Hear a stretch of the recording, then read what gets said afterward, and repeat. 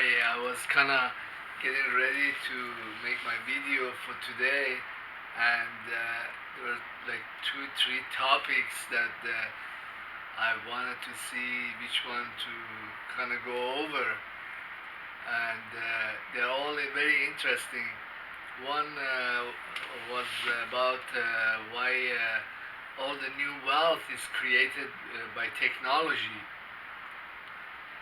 and there is discussion that China has come up with 6G, and then there is another topic that has to do with deflation and why deflation is so good for us, and it results in widespread use of any technology or any commodity. Um, I wanted to make a video before about different economies that exist within the capitalist system. They're like they kind of exist without much publicity, without people paying any attention to it. But really, this is also the economy. But the people, they don't really look at it that way. Uh, One of them is the monies and the resources, food, clothes, or shelter, whatever that the charitable organizations give away. Many places, like in Muslim countries, the mosques, they have, we have in Iran Sazaman Awqaf, like somebody is passing away, they don't have any descendants, any kids, so they just give the money away to this organization. It used to be controlled by clergy before Shah's time, and then after the Shah's time, it became like a kind of semi-associated agency with the government. It was called Sazaman Awqaf, the endowed agency. Then I think the Iranian government now has control of it. But these similar things exist in the United States, like people dedicate their wealth or their land to the school or to Catholic charities, or this is the economy. This is monies that come in different forms. Then there is the economy, another economy that's like the free economy, like monies that companies give away for promoting their products, or stuff that's like loss leader for many. They put something really cheap or free to attract customers to other stuff, or something like that. The free economy. I used to go into these sites where you sign up and you get free T-shirts and free dog food, free this and that. It promotes companies or stuff that is just in excess. Then there is a part of the economy that's the monies that secretly comes into the economy, and people don't pay attention to it because there isn't any much of publicity or attention given to it. And that's when a technology or a product becomes passe, it becomes really old, and there's a lot of it that was made, and companies or individuals, they just mark it down very cheaply. There's like many different phone technologies or cell phones that they've been marked down. You can go to Ralph and buy like entire package with some minutes. And that's the or the one I really like is like I buy these old police cars like Crown Victorias or uh, Fords, big station wagon Fords. I don't have much use driving around a lot, but they're reliable cars. But the technology is very old. Women they don't really like these kinds of cars, and so the cars tend to be marked down very cheaply and sold off, and they require little upkeep. So, but as the new technologies come in, then these older technologies they are marked down. They are suffering a deflationary collapse or a constant collapse in price. And the other thing that's happening is because many technologies have come online, the older technologies are also becoming much easier to produce. For example, it's much easier to produce cars that they burn gasoline, just regular gasoline. Whereas it's harder to make cars that just run on electricity. The technology is more involved and costs more to get those cars. If they break down, then it costs more to repair them because many mechanics they don't know how to fix all electric cars. Whereas gasoline car like a Ford there's so many of them, and many mechanics have seen. Hey, it has a catalytic converter. They have seen it, and they have played it, they have fixed it, or it's a form of deflation. It's money that's kind of gradually is seeping into different economies, but people don't tend to look at it that hey, this is a kind of wealth that's coming in, but because it's just all the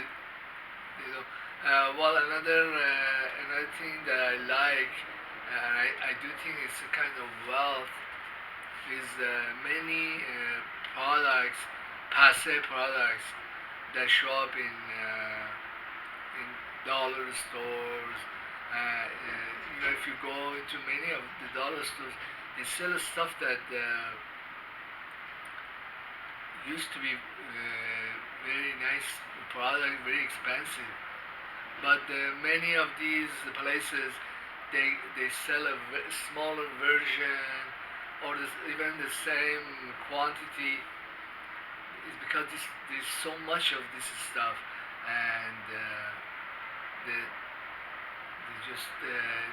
they can sustain this price. There is nothing. There's no bottleneck in making this stuff. There's no. Some of the products like soda, I keep seeing the companies, the dollar companies, selling even bigger bottles of soda. Just some of the bottles are huge, but that's more product, more wealth that's coming in, and for a few dollars you can get that. Well, the ultimate cheap and free product is agricultural products, because the agricultural products, a lot of them, it's just some seeds, some basic care. Even with big machinery, you can cultivate huge areas. So I saw in the stores we have around here 99 cents only, and they started selling produce, celery, carrots, tomatoes, and especially those cherry tomatoes. They're like, I was buying a package, was like a nice big package, uh, $2. It had so many cherry tomatoes. Those cherry tomatoes used to be selling for like, for a little package, for was like $4. Then I bought this huge package for just $2 from the dollar store. Like, I don't believe many commentators that they say that there is inflation in food, there's inflation in, there isn't. There is deflation, and the deflation is coming from that the uh, technology is getting better, machinery is getting more efficient, the information systems, computers, they're becoming more accessible. Uh, a lot of stuff can be produced and shipped by very cheaply, often with trucks or trains. Or where I work by these huge strip mall, and right next to it there is this train runs right next.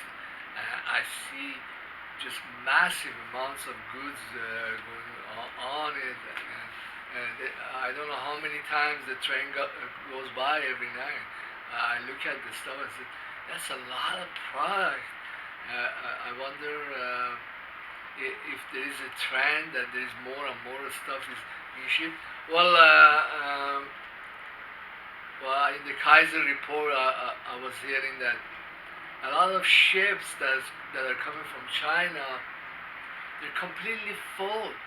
Even though the US dollar is a crappy currency and you don't know what's going to happen to it, it's still many foreign producers, they handily accepted this dollar and they sell the stupid Americans anything they want. But then I think that technologically we are entering the zero marginal cost society, that the cost of producing these things, these goods, that it had plummeted to such an extent that the seller, the company that makes them, they will make money no matter what currency they accepted, what money is. If everything costs you less than 10 cents to make, whether it's electronics or produce or whatever, then you don't care. I think that most of the prices in a lot of the dollar stores or in the supermarkets here are prices because of the force of history, because there was such a price in the 50s and 60s that people kept buying it, and companies kept procuring them from all kinds of places, that the, the production cost has nothing to do with what the people are paying or are used to pay. There really is massive deflation going on, but somebody else is collecting the extra cash and just letting things roll as they are. I mean, the only inflation that I even conceived that there would be is when Trump tried to put tariffs on Chinese goods, and then, but then even that would not have worked, or will not work, or will be reversed, because many of these companies just rename their product that it was made in Vietnam, or they ship their factory over there. We are truly entering the zero marginal cost society, and these theories of inflation, they're just something that an economist would dream up. But then uh, many banks in the Western countries, they are coming up with all this cash, they're giving it out, and they want to sustain their business or economic model the way it was. But I don't know if it will work. Uh, they used to just hand out this cash to their banks, but now they're just handing it out to individuals. Well, then some of this cash will find its way to whatever economy or production is left here in the United States or Western countries, and we're gonna make this thing go a little longer. But I think that the world economy is entering a massive deflationary cycle. This is a deflation in assets, deflation in cost of producing commodities, deflation in services, anything that you can imagine. And the only way that many economies or many wages could be sustained is by political decisions. Like different countries, they make the political decision that hey, in Switzerland here, okay, the minimum wage is $20. We don't give a shit what cost of production you have, or you just go and produce your crap anywhere or here. We don't care. If you are working here, we have a standard of living, we have a political system, and we don't want it to be all over the place. We want people to have certain amount of income, certain standard of living, you know. So this is the minimum wage, or we're gonna have basic income. People are gonna have this much money, regardless of how it costs, because the cost of production is going to zero. Doesn't matter what political decisions or what institutions people make, or it's a technological reality that we are walking towards. It has nothing to do with the companies that are existing here. Well, actually, many companies in Western countries, they're zombie companies. They just get paid from the government to show, hey, we are travel agency, or we're airlines, and we have a few planes, but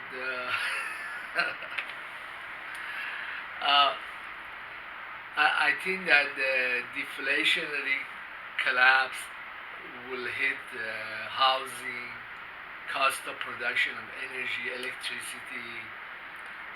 What else?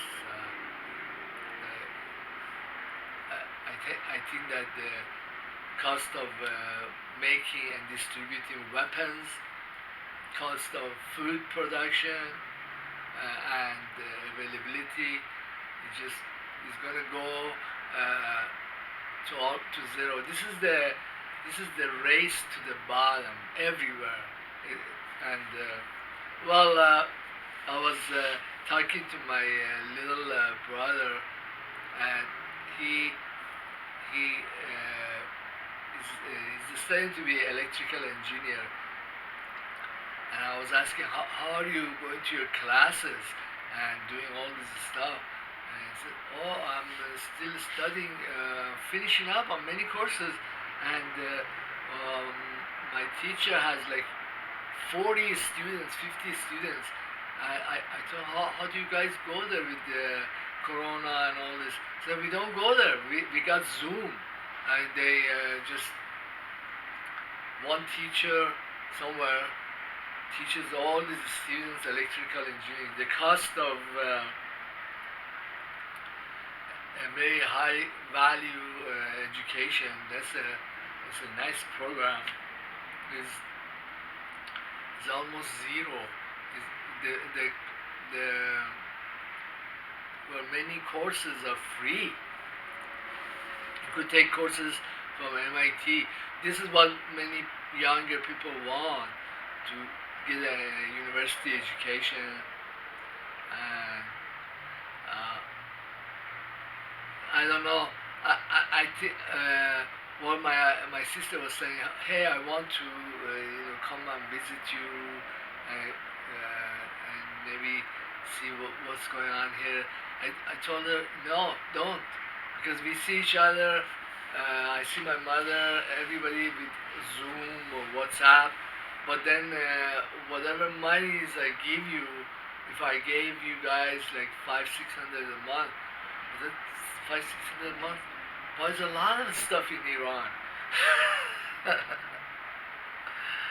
Why would you want to come here and pay like 10 times more for those things, for food, for housing, and also listen to the Americans and their propaganda and the desire for destroying Iranians and their militarism? Oh, you won't have that, and you won't pay the extra for that either. And the other thing I really like is the cost of getting access to courts in the United States. But I'm just barely starting to use it. Getting access to small claims court, because many processes, legal processes, and filings that you need the court for, they have become online. They're online. They're automated. You could file a small claim and then have the other party served, everything done, and pay for it through online portals, And many Orange County courts, they have this. I don't know if I could file civil lawsuit with a larger dollar amount, but the only places that they don't use online services, I think, is the immigration. I think even immigration might be, well, you could do it through the mail, but I don't know if they have gone online. But well, certainly they have online access. USCIS has online access, but they really suck. They don't really do much. They are so insulated and such a opaque and extrajudicial branch of government. But many things have become online. Well, then what happens when you don't go to stores that much anymore? You don't. Many restaurants or clubs have closed for many reasons. One being Corona, but the other reason is that you can get that stuff anywhere, online, or you can get on eBay and get many of these things. So what happens is that the culture of a place also has died, because people influence each other in these public places, in the schools or in restaurants. What happens if nobody uses them and everything has gone online or has become some kind of cyber venture? I think that the Western civilization, a big part of it was also all these influencing and threats and sanctions and ill manners and what do you call it, thuggery that was going on in the real world. And when those stuff have been eliminated, then a big part of the Western civilization, which is like racism, militarism, kind of has has died. Well, there was this philosopher the Sufi philosopher. I think his name was Bahlul. He was kind of like me. He would get kicked out of many places. It's because he would sometimes go into funeral ceremonies and start dancing and singing and being very happy, and they would get really pissed. Get out.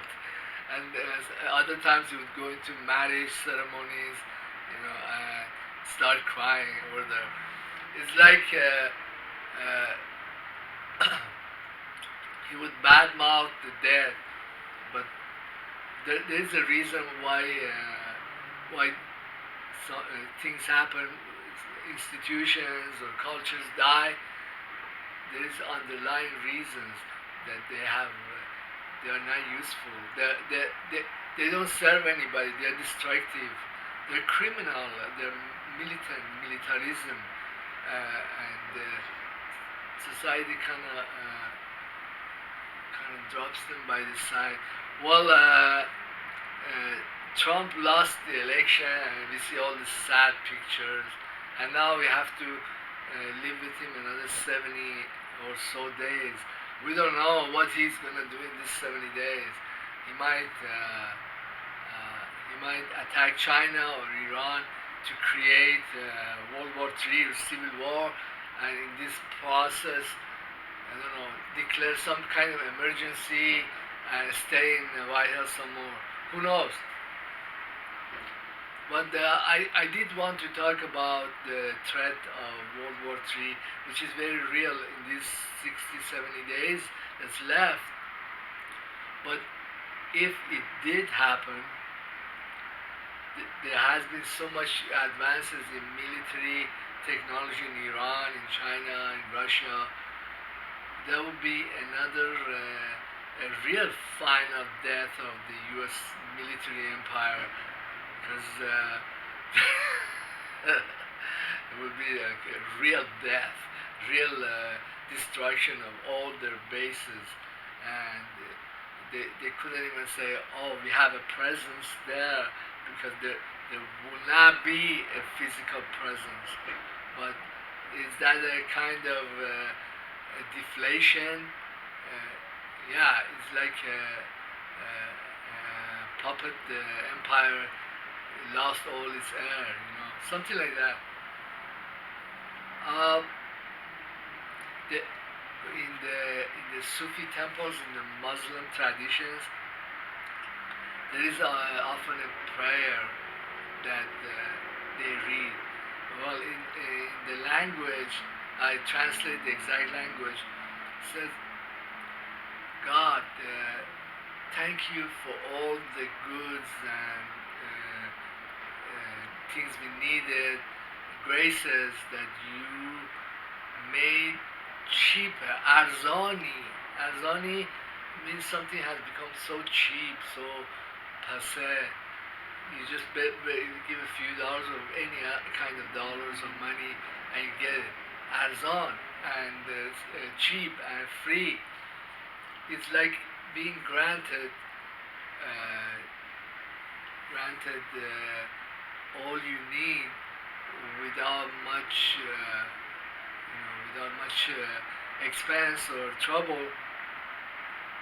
I think that God is granting humanity a kind of abundance that we are not really seeing, and it is really the end of the economic history, that there is so much of every commodity, every product, every service at such low prices, or even free, that this is really the beginning of worldwide socialism and zero marginal cost society.